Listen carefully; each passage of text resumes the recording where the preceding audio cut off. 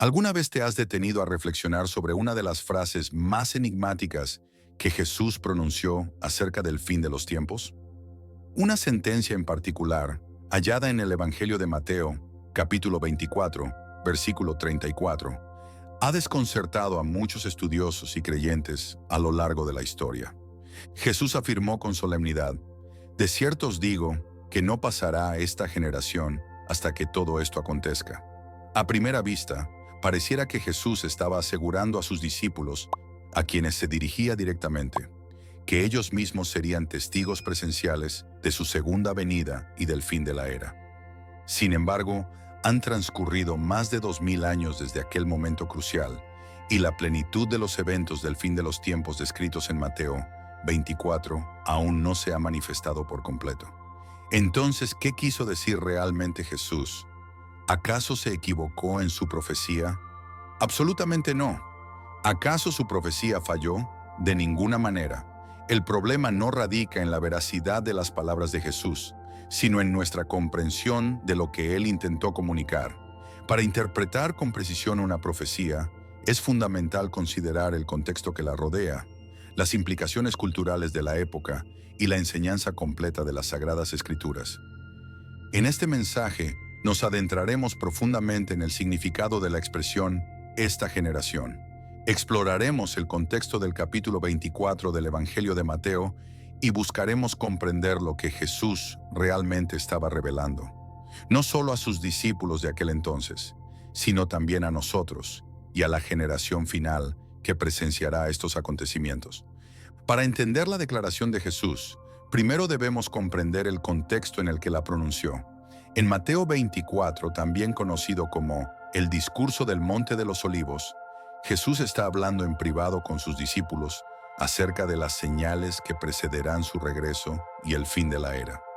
El capítulo comienza con una profecía sorprendente.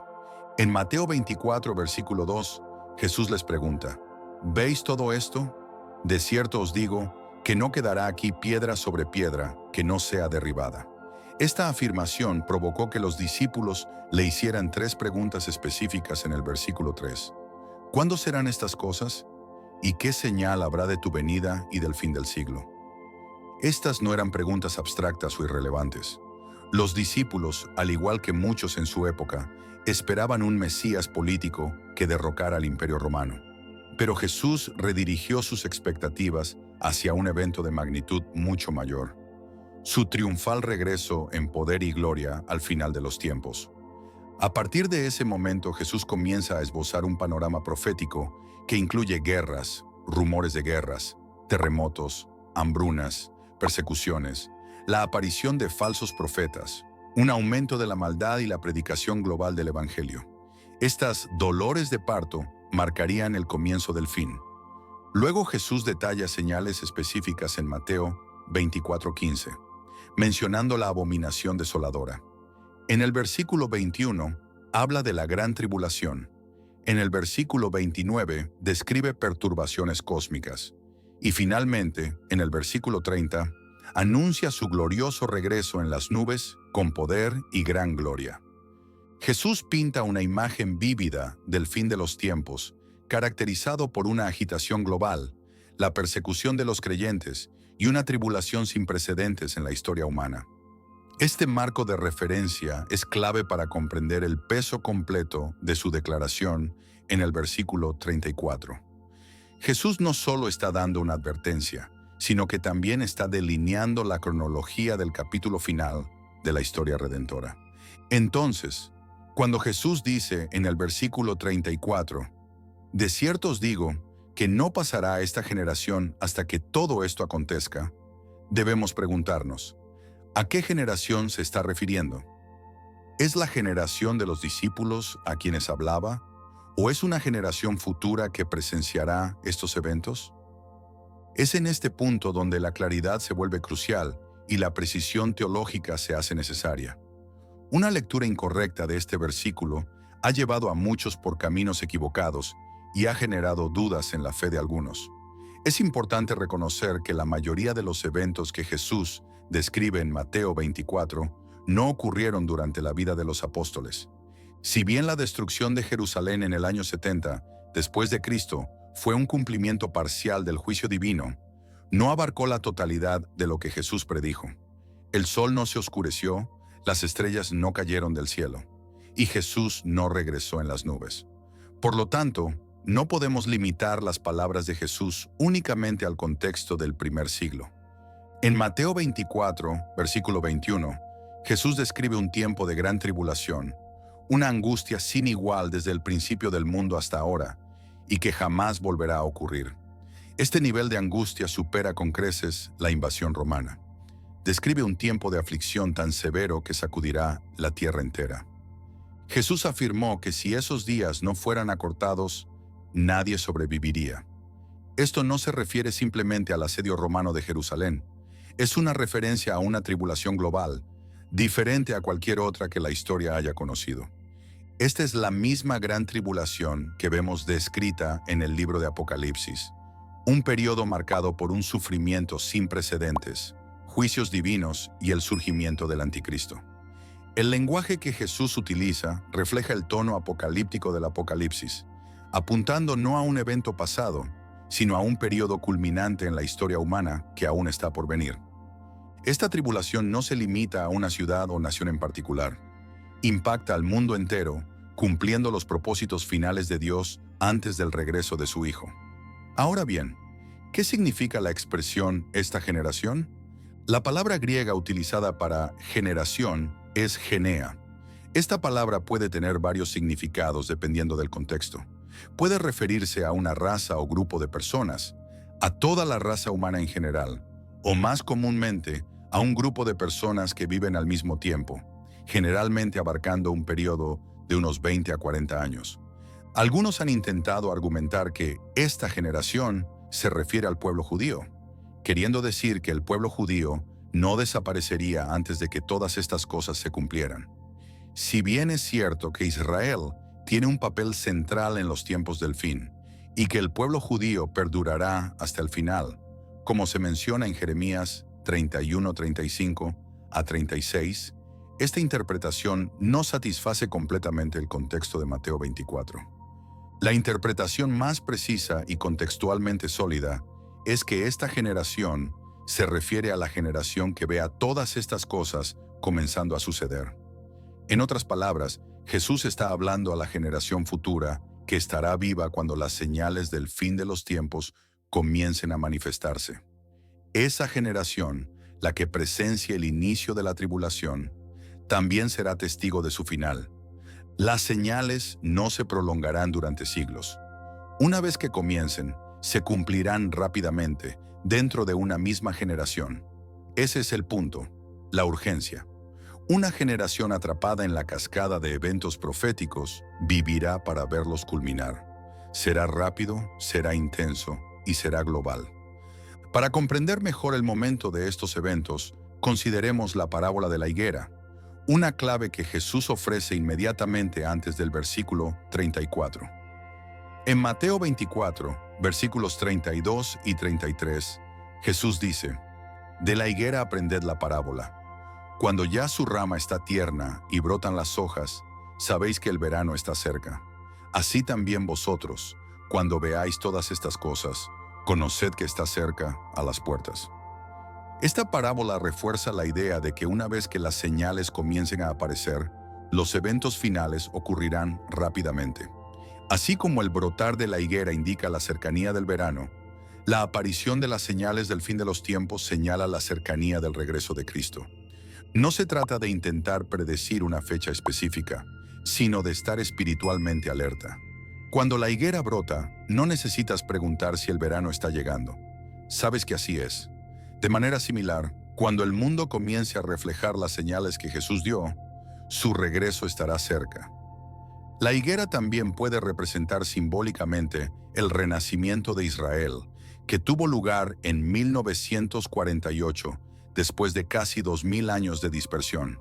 Si esta interpretación es correcta, entonces el brotar de la higuera podría señalar ese significativo hito profético. Y si el renacimiento de Israel marca ese brotar, entonces podríamos estar viviendo en esa generación. Esta interpretación ha sido ampliamente discutida entre eruditos y maestros de la Biblia, que consideran el regreso de Israel a su tierra como una señal profética clave.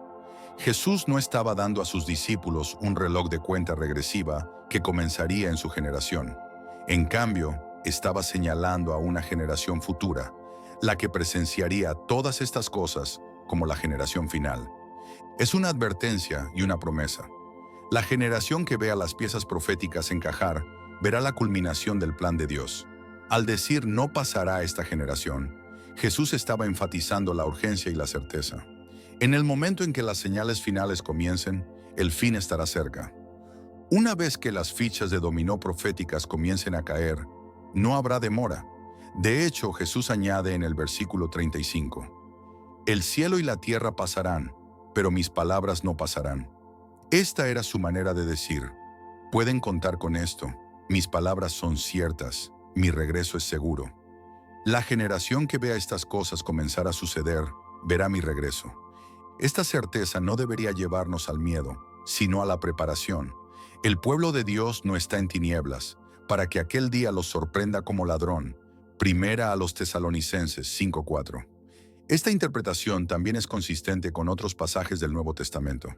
Por ejemplo, en Apocalipsis 3:11, Jesús dice, «He aquí, yo vengo pronto, retén lo que tienes, para que ninguno tome tu corona».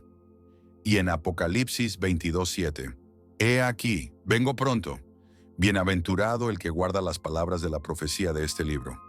En Mateo 24:22, Jesús también afirma, «Y si aquellos días no fuesen acortados, nadie sería salvo, mas por causa de los escogidos, aquellos días serán acortados». El plan de Dios es traer juicio rápidamente una vez que comience. Su misericordia retrasa el inicio, pero su justicia no retrasará el final. Es un recordatorio sobrio de que hoy es el día de salvación y mañana puede ser demasiado tarde. No habrá tiempo para arrepentirse después de que suene la trompeta final. La gracia se ofrece ahora. El juicio viene repentinamente. Entonces, ¿qué significa todo esto para nosotros hoy? Sí, de hecho, estamos viviendo en los últimos días y hay muchas señales que sugieren que así es. Entonces bien podríamos ser la generación de la que habló Jesús. El renacimiento de Israel en 1948, el surgimiento de una gobernanza global, el aumento de los desastres naturales, la decadencia moral, las guerras y los rumores de guerras, y las tecnologías de seguimiento digital que reflejan el nivel de control que tendrá el anticristo en Apocalipsis, todo se alinea con el esquema profético del fin de los tiempos. ¿Podría ser que somos esa generación final? Esa pregunta debería hacer que cada uno de nosotros se detenga y examine los tiempos en que vivimos. ¿No estamos presenciando las mismas señales que Jesús describió como el principio de dolores? Guerras y rumores de guerras, terremotos en diversos lugares, un colapso moral global donde a lo bueno se le llama malo y a lo malo se le celebra como bueno. ¿No estamos viendo un aumento del engaño, la anarquía y la hostilidad hacia el cristianismo bíblico verdadero?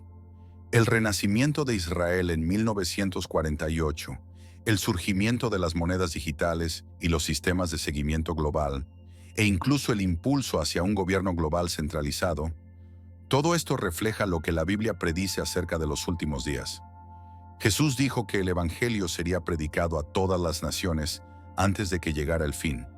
Y ahora, a través de la tecnología y las misiones globales, esa profecía está más cerca que nunca de cumplirse. ¿Podríamos ser esa última generación de la que habló Jesús, la que ve todas estas cosas cumplirse? Esta no es una pregunta destinada a provocar miedo, sino a despertar la urgencia. Si realmente somos esa generación, entonces todo cambia. La forma en que vivimos, las cosas que priorizamos, la manera en que empleamos nuestro tiempo, la urgencia con la que compartimos el Evangelio.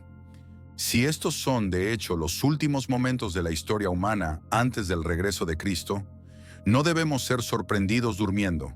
Debemos levantar nuestros ojos, observar las señales y vivir con una urgencia santa. No somos meros espectadores. Estamos llamados a ser sal y luz en un mundo oscuro y decadente. Si esta es la generación, entonces ahora es el momento de estar completamente entregados a Cristo. Isaías 55:6 dice, Buscad a Jehová mientras puede ser hallado, llamadle en tanto que está cercano. Llegará un día en que la puerta de la gracia se cerrará, tal como sucedió en los días de Noé. Vino el diluvio, y solo aquellos que estaban dentro del arca se salvaron. El resto se dio cuenta de la verdad demasiado tarde. Ese mismo patrón se repetirá cuando Cristo regrese. El momento para buscar al Señor no es mañana, no es después de construir nuestras carreras o de arreglar nuestras vidas. El momento es ahora.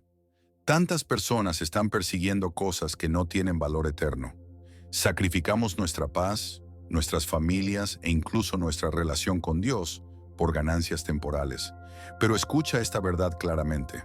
Nada de eso importará en el cielo. Tu cuenta bancaria no importará cuando te presentes ante el tribunal de Cristo. Ya sea que tuvieras $100 o 100 millones, no tendrá peso en la eternidad. Tu balance general no puede salvar tu alma. Tu influencia en las redes sociales, los seguidores, los me gusta, los momentos virales, nada de eso importará.